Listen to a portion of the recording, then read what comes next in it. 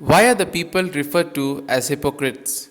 Why does Jesus reprimand the people for not knowing how to interpret the signs of the time? What does Jesus tell us about drawing lessons from life? All these questions and more answered during today's episode of Daily Reflections.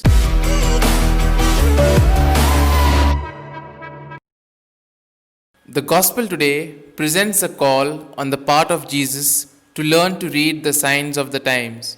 This was the text which inspired Pope John the 23rd to convoke the Church to be more attentive to the signs of time and to better perceive the calls of God in the events of the history of humanity.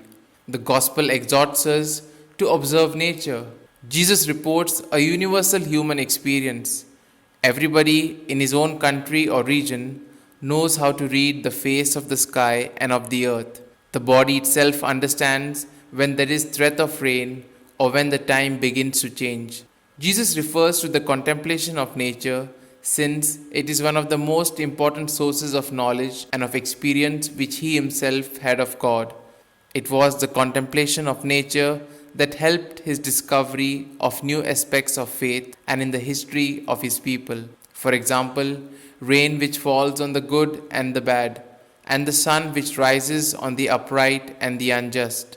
This helped him to formulate one of the most revolutionary messages: love your enemy. The ability to be honest with oneself and to be in touch with the movements within our heart and mind is a wonderful and solid foundation for interior growth. The Gospel also tells us to read the signs of the time.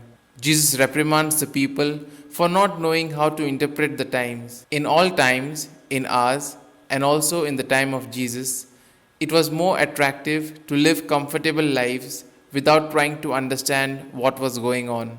Jesus uses harsh words to condemn our laziness and distraction. We waste so much time arguing about trivialities while missing out what is more basic and more challenging.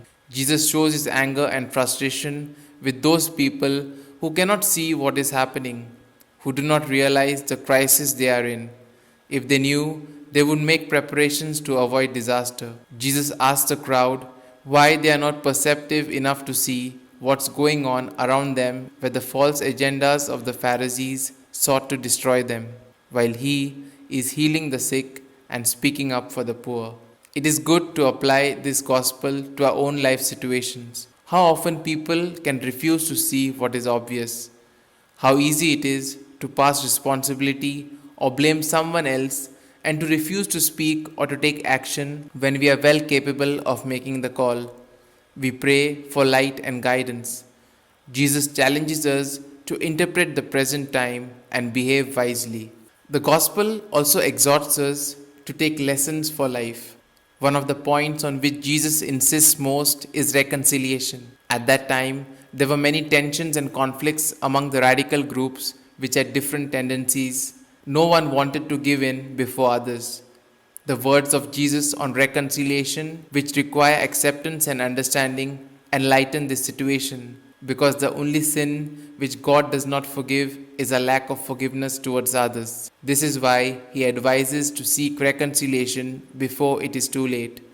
When the time of judgment comes, it will be too late. He says that there is still time to try to change life, behavior, our ways of thinking, and to act justly. Jesus advises us to put more effort into working out our relationship with God. Here are some points for a personal reflection. Am I as knowledgeable about Jesus and his good news as I am about the other aspects of life? How is God calling me to live a new and better life? And what are my resistances? Can I allow Jesus to challenge my resistance? These points can be of great help to reflect on today's gospel. And if you like our reflection, do share the good news of our Lord. Have a good day, and may God bless you all. Amen.